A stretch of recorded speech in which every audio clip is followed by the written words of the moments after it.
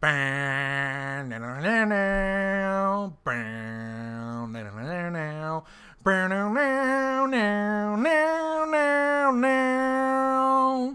welcome back to the Bomb Squad Talks Ms. Marvel, aka Ms. Bomb Squad. We're here to talk about the finale. No Normal. Alright, Rein, I'm gonna go out here and say it. I think this is my favorite MCU Disney Plus episode of any of these shows, period. I really like this finale. Oh, wow. I think the finale nailed it. It's, it was definitely... It also returns back to the stylization, so...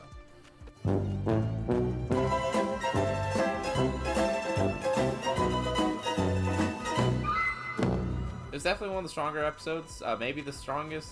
I'm not either. It's either this one or one of the first two. I'd say for probably. I'd say it's either this or the pilot, which is funny because this and the pilot are directed by the same director. Yeah, no, I mean that tracks for sure. You got a lot to say. I think you should get started. I think you should go first. Baba Booey. No. So this episode, which I watched Friday with my dad, I had two big things spoiled for me in advance: the big reveal at the end and the mid credit scene. It is what it is. Whatever. That's always gonna happen. I saw Kang all over my timeline when Loki came out, so I came in here with pretty high expectations, mostly because, again, the episode 5 put the finale in such a strong place. It put it in such a strong place where it didn't feel like it had 30 plot lines to wrap up. It could only wrap up a few simple ones. What happens with Cameron?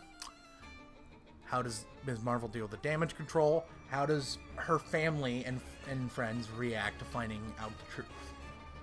The family shit is resolved, like, right off the bat. Right away. The mom told everyone, basically. Which, great. Love that shit. Very mom. What do you do with Cameron? That's what the whole episode's about, and the damage control stuff integrates it right back into it. I think it's really fitting.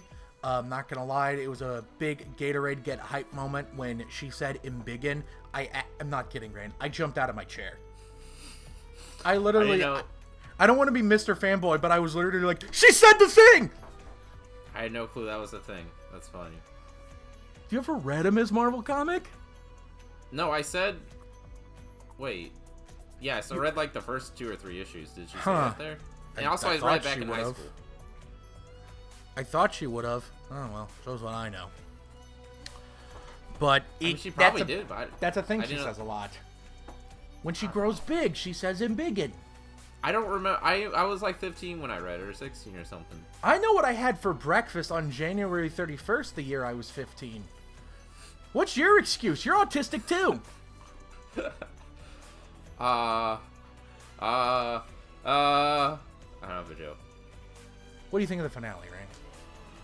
It's nice. The show that this reminds me of the most, like the feeling that this show brings out me the most, I would say, is probably Hawkeye, in the sense that I don't it's just a very, it's a show that gives me warm feelings. You know, it makes me just happy.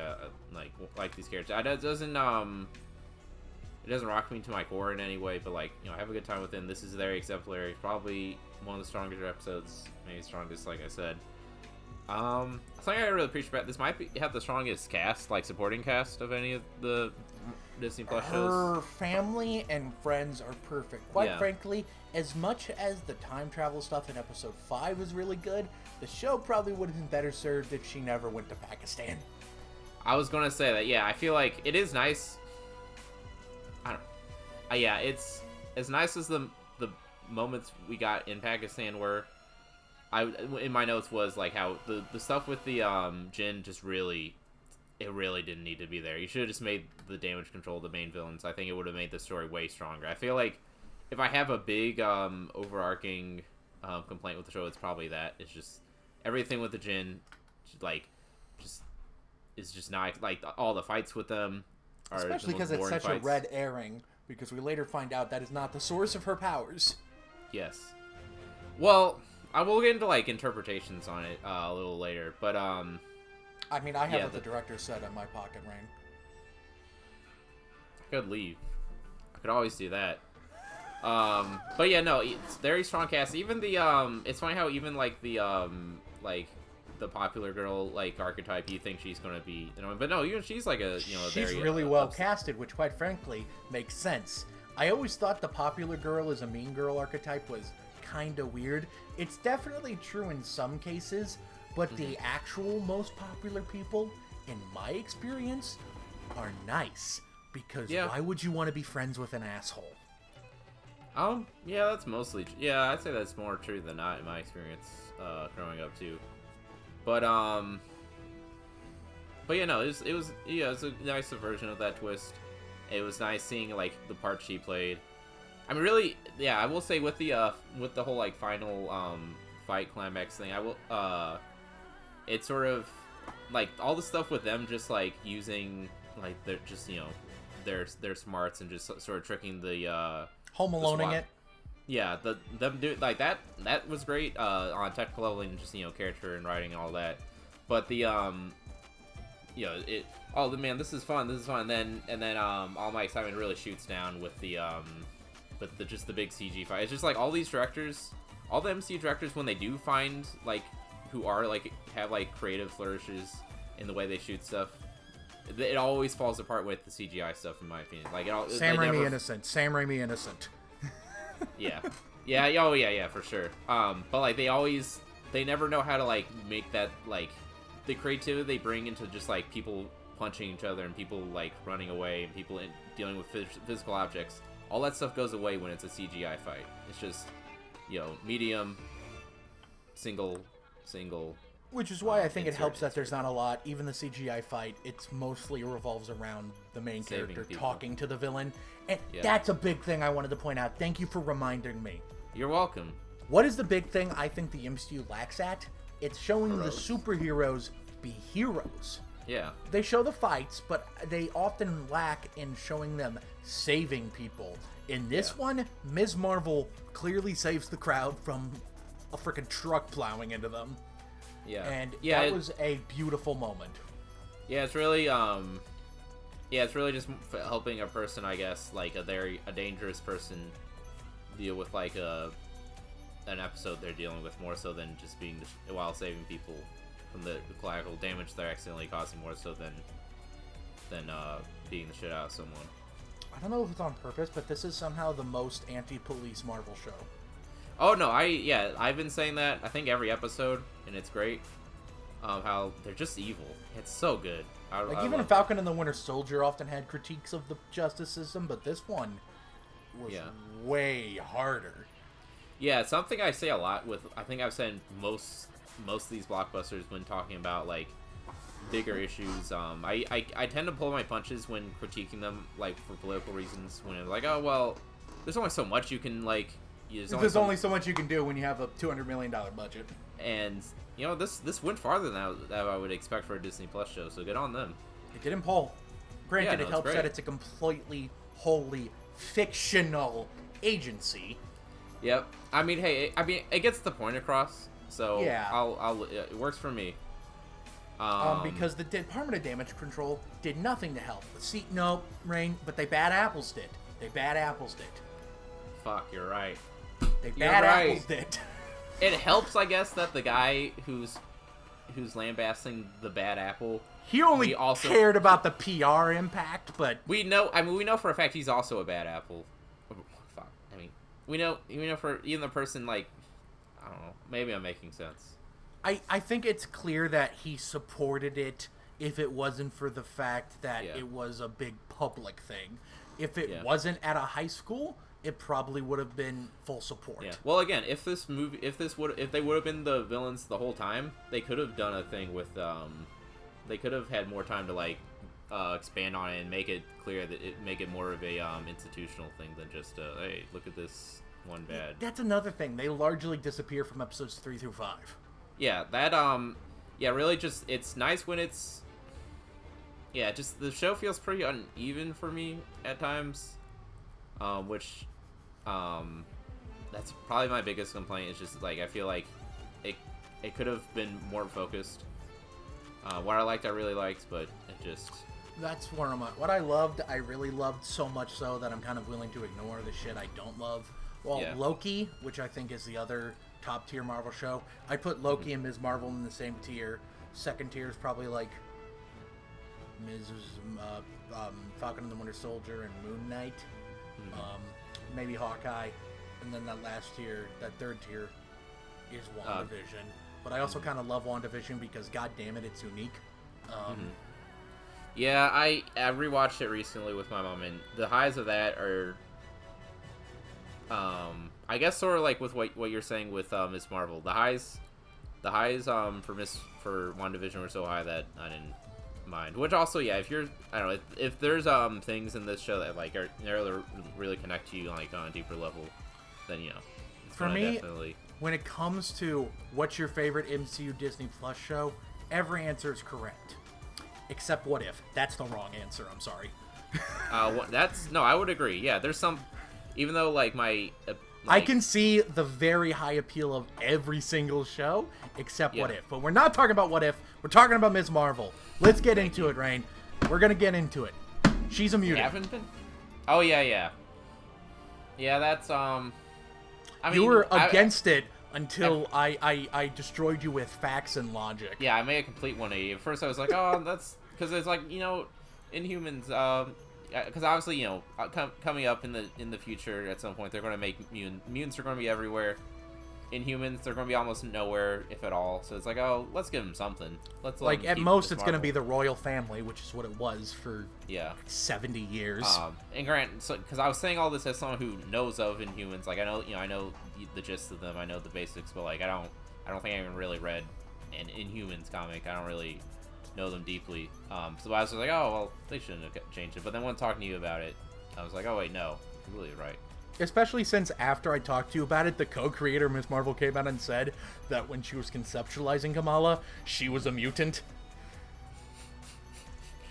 That's hilarious, actually. So it was literally just Ike Perlmutter just wanting to F over Fox whenever he could. That's the reason why the Fantastic Four disappeared from comics for so long.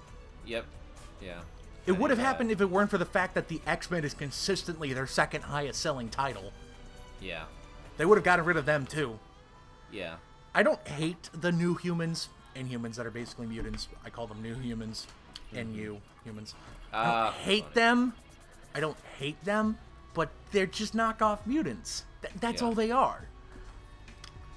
The only difference was X gene is puberty. The Inhuman gene was Terrigen Mist. Yeah, it's just like a more functional difference. It's like just a more convoluted way of them. Yeah, just yeah. So the fact that they did that little stinger with the 97 theme, which I guess when they finally do make the X-Men movie, that theatrical, that like orchestra cover of the cartoon theme is gonna let's play over the Marvel logo, right? I think it's pretty clear at this point. Kind of like how they do it with the old Spider-Man theme. Yeah, I was thinking that too. That's right where my mind went. I'm pretty in favor of her being a mutant, and it's kind of cool that she's our first mutant. Twitter hated this because they hate everything, of course. Well, I don't use it. Change from comic bad, and more often than not, they're usually right. But in my experience, when Twitter complains about a change from the comics, it usually actually is that the change the MCU made was for the worse. But not here. It's not like... Now, if they make her an X-Men, that'd be one thing, but I don't think that's the direction they're going in. I think they only use the X-Men theme because as of right now, it is the way we... They wanted to make it obvious, like, yeah, you heard that right, we're talking mutants. No, I agree, yeah. Yeah, I don't see her, like, join the mainline movies as anything more than just, like, a cameo, at best. For the X-Men, you mean? Because she's going to be one of the main characters in the Marvels. Yeah. Speaking of, I don't know... Transitions to the post-credit scene. Yeah. Which I'm pretty sure is just a scene from the Marvels. Oh, really? The directors, Nia DaCosta directed that scene. Oh, yeah. Which that is makes so sense, because did you know how much better the lighting was at the post-credit scene? It makes sense. It's all coming together now. I didn't think about that. Yeah. Yeah, kind of like how James Gunn directed the Thor: The Dark World post-credit scene. grapple. Oh yeah, it's such a weird choice. Like I mean, it's good in a weird way, but it is hard to conceptualize Nia Catasta. Nia DaCosta. It's hard to conceptualize her directing because like her first two movies are just so like, it's hard to imagine just like a big like action movie. But like I'm excited. I think she's followed a similar path to Coogler at least. Yeah. First movie was the indie thing. Second movie is your more mid-budget thing, showing you know to handle it, and hopefully your transition will be good. Yeah, I mean I shouldn't be shocked because this is every. Well, this is better than what Marvel usually does, because usually Marvel doesn't even go for the mid-budget people. John Watts. I guess it's weird because of the fact that because it's assumably going to be like a peppy comedic movie, whereas yeah, the script writers do that. That's true, but it's like still you should get if you're going to have a comedy, it should be someone who's done comedies. All right, Taika Waititi coming right up, Rein. I'm going to talk about her suit. It's a really nice looking suit. I like the moment she gets the suit from her mom. It's rooted in her cultural history. Yeah. Which makes the fact that it's different in the Marvels infuriating, because they overcomplicated the design again, because they always fucking do that. Here's the thing. Marvel either nails it perfectly, like every single Captain America costume, except maybe the one from the Avengers, in my mind, has been perfect. Yeah. Or they overcomplicate the shit out of it. Latest Thor costume. And it looks like they're going in that direction. It doesn't look as bad as that Thor costume does, but it's still kind of an annoying change. I don't know. Yeah, no, I don't like how busy the image for the new suit was. It was great, and then also I guess one of my last smaller points to make was even though I'm still not crazy about the light construct, still would prefer stretchy powers. It was a cool moment when she was her hero moment. Maybe hero moment's the wrong word, but her equivalent to the seeing Spider-Man swing around the city for the first time, like the scene where she's running around New York with her Jersey City with the light things. That was fun. They got the shot of her sitting on a light post, and I was a very happy man, Rein. That is ripped straight out of the comics, and it looked perfect. Yeah, no, it was great. Yeah. I'm looking through to remember if there's any other... I mean, I think we got it all covered. CGI fight was a little bit lacking, but otherwise the finale nailed it, right? Yeah. I guess, what would we want to probably see, coming up, I guess? I don't know. Well, the Marvels, hopefully. Be very funny if they cut her from it at this point. Oh, wait. We have to check with her, just with her, period. We have to see what her opinion on vaccines are. Quick. Don't ruin this. I have something to say after recording. Right. It's relevant to what you just said, believe it or not. Yeah. So, yeah, in that case, you know who else I hope isn't cut from the Marvels? I would assume you... You suck. You! The person watching this vidcast. Thank you for watching. Leave a comment. I'm too tired to give you good answers. It's 3 a.m. where I am. Just go with it, right? So, he's very tired. Yeah. Like the button, subscribe the button, bell icon. You're home. See you next time. Bye. Bye.